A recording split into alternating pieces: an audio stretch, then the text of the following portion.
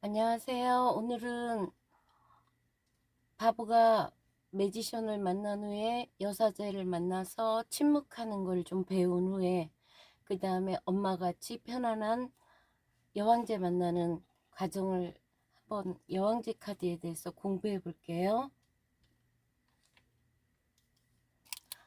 3번 엠프러스죠.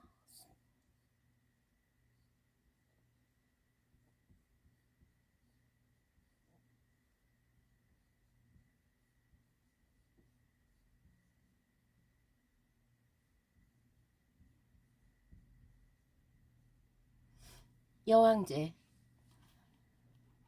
여기에는 이건 좀 이따 하고요. 일단 그리스 신화에서는 미를 나타내는, 그러니까 우리가 시리얼을 로마 쪽으로 케레스라고 하거든요. 데메테르를 나타내요. 데메테르는 여기에서 보면 왕관을 쓰고 있죠. 밀밭, 이 풍요로운 물까지 풍성하게 있죠. 굉장히 풍요로운 여왕이에요. 그러면 신화에서는 데메테르를 나타내요.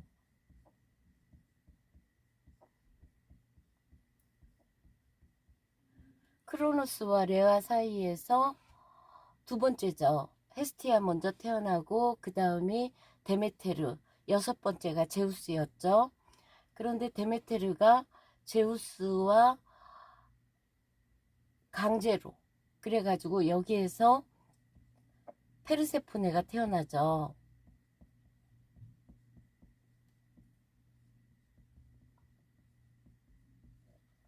근데 이 과정에서 어떤 신화에서는 아프로디테가 에로스에게, 하데스에게 사랑의 화살을 쏴가지고 페르세포네를 납치하게 만들었다는 소리도 있어요.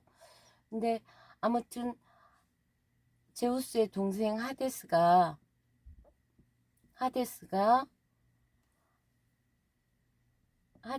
제우스에게 부탁을 하죠. 페르세포네를 달라고. 그랬더니 수선화를 피게 해가지고 시칠리 섬에 고이 키우던 페르세포네를 수선화를 보다가 하데스에게 지하세계로 납치당하죠. 이건 여사제 카드에서 설명했죠. 근데 이 페르세포네가 지하로 끌려 납치된 후에 데메테르가 여기저기 다 물어보고 그랬는데도 아무도 얘기를 안 해요. 헤카테가 헬리오스를 알 것이라고, 그래서 태양의 신 헬리오스가 얘기를 해줘요. 저 구멍으로 들어갔다고. 너무 분한 거예요. 갈 수는 없고 지하기 때문에. 제우스와 하데스 두 동생이 짜고 자기 딸을 납치한 거에 대해서 너무 분한 거예요. 그래서 9일 동안 헤매고 돌아다녀요. 그래서 어디 우물물에 먹지도 않고, 그러니까 제우스랑 난리가 난 거죠. 근데 찾으러 갔을 때 헤라가 딱 제우스 옆에 딱 붙어서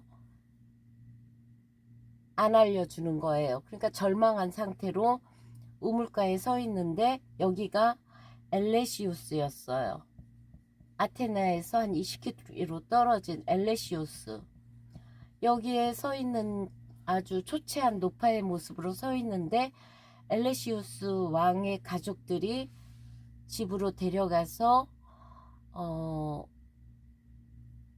먹을 것도 먹이고 웃게 해주고 농담까지 해서 웃게 해주고, 그래가지고 그 집의 아들 데모폰 아기를 돌보면서 이제 암브로시아를 바르고 불에 이렇게 밤마다 하면서 불사의 몸으로 만들어 주려고 하고 있는데 그거를 엘레시우스한테 들켜요. 그래서 화가 나가지고 내가 너희 호의는 잊지 않겠다 그러면서 신전을 세우라고 그래요. 여기에서 데메테르 신전이 세워져요. 엘레시우스에서. 엘레시우스 왕의 가족으로 인해서. 그래서 우리가 밀교라고 하죠. 밀교, 밀의, 어, 의로로 의자에다가 이렇게 한 건데 밀의. 이게 원래 아, 갑자기 또 잊어버렸어. 피리부는 누구하고 디오니소스하고 잊어버렸네요. 또 지하의 부인을 데리러 간 게 누구였지? 죄송해요. 디오니소스 교하고 오르페우스였구나. 에로 시작하니까 기억을 못하지. 원래 미남의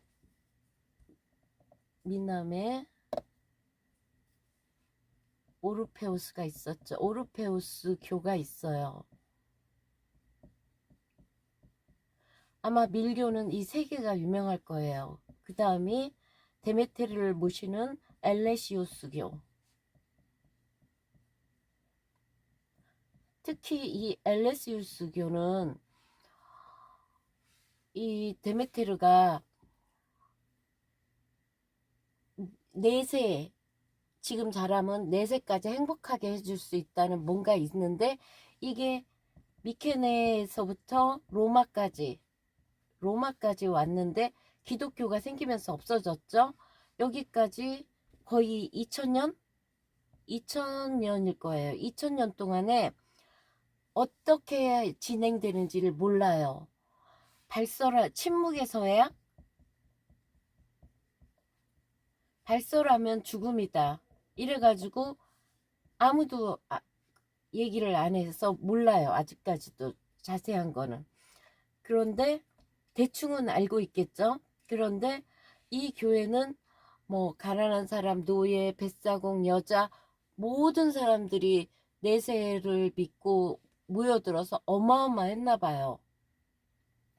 그러면 이런 서약은 어떤 거냐면, 데메테르가 페르세포네를 찾아 헤맨 9일 동안의 여정과 만남, 페르세포네를 다시 찾은 과정. 우리가 그러잖아요. 델포이 신전이랑 무녀들이 연기 막 올라가면서 그게 양귀비라든가 몰약이라든가 아니면 어, 어, 뭐 일종의 대마초, 독버섯 이런 걸로 해가지고 환각 상태에서 그 신탁을 내려주고 그 무녀들이. 그리고 이 종교의 이 밀교에서도 환각 상태에서 이래서 이게 거의 2000년까지 왔다고 보는 거예요. 이것 때문에 특히. 그래서 데메테르한테 유명한 거는 이거고요. 그 다음에 유명한 게 데메테르가 맨 처음에 이아손하고 만나가지고 들판에서 사랑을 나누다 제우스가 번개로 이아손을 죽였죠. 그리고 또 이 딸을 찾는 도중에 또 동생 거기 포세이돈이죠. 포세이돈이 겁탈해서 익시온이라는 말을 또 낳죠. 굉장히 상처받은 데메테르예요.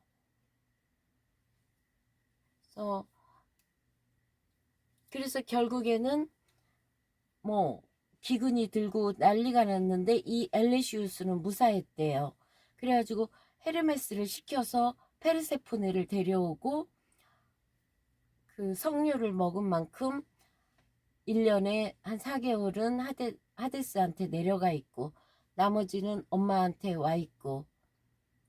그렇기 때문에 데메테르는 풍요의 여신이고 페르세포네가 씨앗의 여신이었고 데메테르는 풍요, 뭐 이런 거를 나타내요. 그러면 신화는 이 정도면 된 것 같아요. 데메테르는 어제 얘기를 했기 때문에 데메테르 신드롬, 페르세포네 신드롬, 이거 여사제에서 2번에서 얘기했죠. 그래서 데메테르를 나타내고요. 여기에서 보면 우리가 여황제는 숫자 3을 나타내요. 3이라는 거는 절대적인 나와 너, 거기에서 하나가 생겨서 3이 돼서 이거예요. 피라밋 같은 삼각형. 엄마, 아빠, 애기. 그래서 최초의 완성 숫자예요.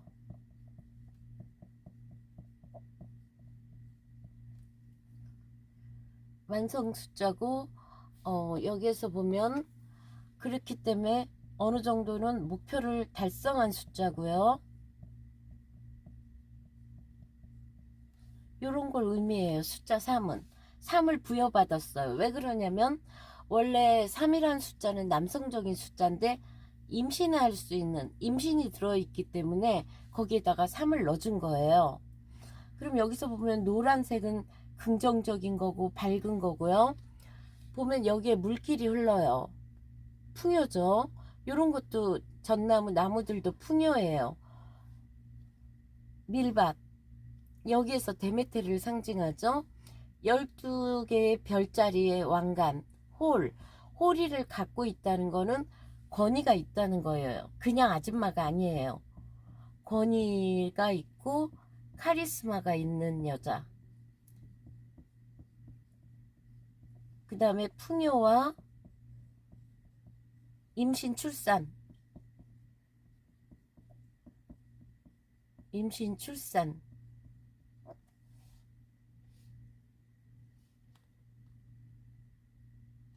거기에다가 여기에 금성 기호가 있어요. 사랑의 아프로디테 비너스를 나타내는 금성의 기호. 손거울이라고 하죠. 그래서 이 카드에는 금성이 관여해요. 그러면 우리가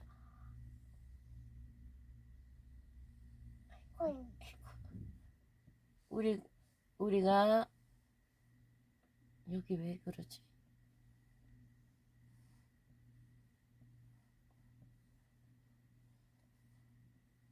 네이처 차트에서 1, 2, 3, 4, 5, 6, 7, 8, 9, 10, 11, 12 이래가지고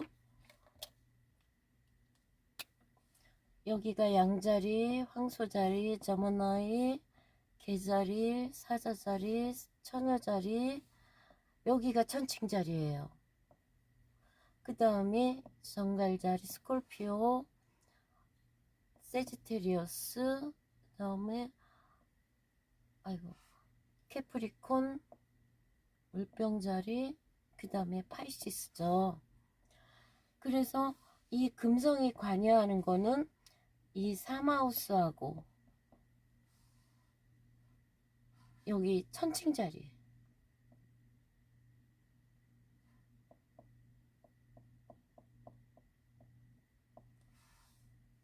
그래서 3, 아니네요. 여긴 저문화이고요. 2번을 관여해요. 황소자리를.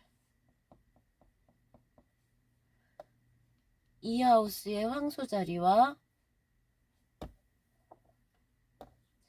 이 하우스의 황소자리와 7하우스의 리브라를 관여해요. 그래서 이 하우스는 점성학에서 어떤 걸 나타내냐면 자기가 소유하고 사랑하고 그런 거. 사랑을 어떻게 하느냐, 뭘 갖고 있느냐, 네가 갖고 있는 재산, 예술품, 기타 등등 어떻게 사랑하느냐. 그리고 여기에는 하여튼 근데 금성 자체가 평화주의자예요. 여기서 부정적인 것들이 뭐 토성이 치고 천해명이 치고 이랬을 때 좀 부정적인 게 나타나지. 이 천칭자리는 우리가 알다시피 요런 천칭이잖아요. 너와 나의 관계, 중립, 평등, 공평, 항상 인간관계를 잘 유지하려고. 그래서 둘 다 금성이 관여하기 때문에 멋쟁이에요. 세련됐고 화도 잘 안 내요. 그래서 이 사람은 항상 파트너가 있어야 돼요.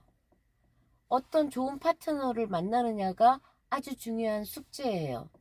그리고 이 황소 자리는 얼마나 나를 지지해주고 후원해주죠.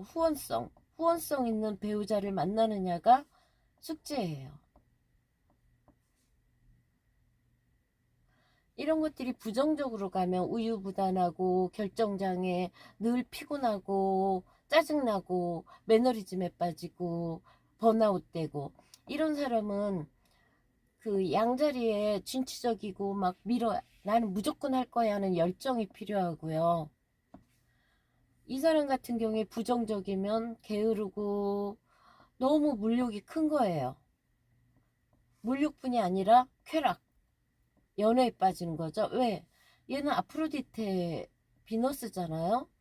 비너스는 계속 바람 폈잖아요. 에리즈하고. 이쁘다 보니까.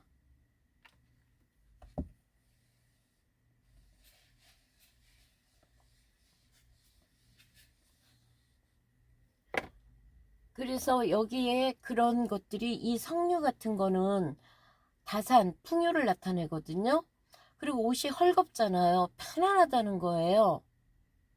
그러니까 이게 잘못하면 먹고 마시고 게으른 거에 금성이거든요. 뭐 여왕급이니까 그러진 않겠지만. 그럼 여기서 보면은 이 엠프레스는, 여왕제는 여성적인 힘, 파워죠. 여성적인 힘과 출산, 다산의 창조적인 힘, 양육을 하려면 헌신해야겠죠? 헌신하는 그런 거. 그 다음에 삶에 대한 열정적인 거. 그 다음에 이런 다산, 출산, 이런 거는 다른 측면에서 보면 이거는 뭘 나타내냐면 창조적인 거예요. 일이에요. 모든 열정껏 자기가 매달려서 하는 일, 그게 아이디어일 수도 있고 엔지니어일 수도 있고 예술가일 수도 있고 뭐 사업일 수도 있고, 뭐든지 자기가 열정껏 할 수 있는 그런 걸 나타내는 거예요. 이거는 아기를 마치 보호하고 잘 출산해서 양육하고 뭐 열정껏 헌신하는 그런 거. 그래서 이것들이, 물론 여기에 뭐 좋은 점은 부드럽다, 온화하다, 친절하다, 뭐 풍요하다, 뭐 별의별 게 다 들어가죠. 좋은 게. 이게 이제 역으로 나왔을 경우에는 이런 것들이 이제 떨어지는 거예요. 불평불만 많지, 집중 못하지, 집착하지, 쾌락만 찾지, 게을르지, 이런 게 들어가는 거예요. 그래서 만약에 이 카드가 나왔다는 거는, 또 뒤집어 나왔거나 그랬을 때는 어떤 자기 일에 헌신하고 창조적으로 일을 해라. 만약에 이게 역으로 나왔고 상황이 안 좋다, 그러면 열정 잠시 멈추고, 이거는 쾌락도 되죠. 잠시 멈추고, 열정 잠시 멈추고 심사숙고해라. 왜? Why? 어떤 나쁜 남자, 바보 같은 남자들한테 헌신하고 있지는 않나. 이건 결혼 안 한 사람들이에요. 헌신하고 있지 않나. 헌신하고 있지는 않나. 내가 너무 현실과 동떨어진 일에 너무 창조한다고 매달려 있지 않나. 뭐 이런 거를 해봐야 된다는 거죠. 그래서 여기에서는 지금 금성을 나타내거든요.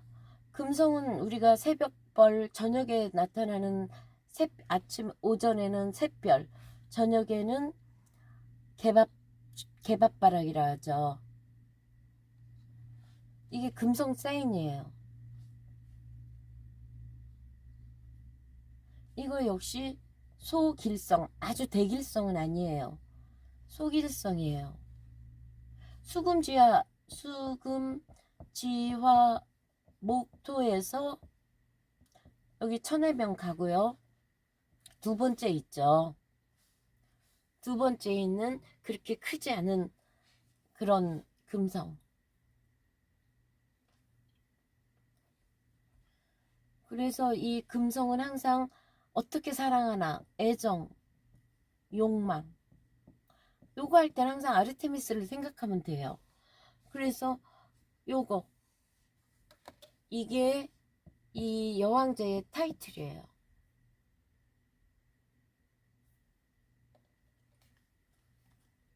너무 빨리 끝났나?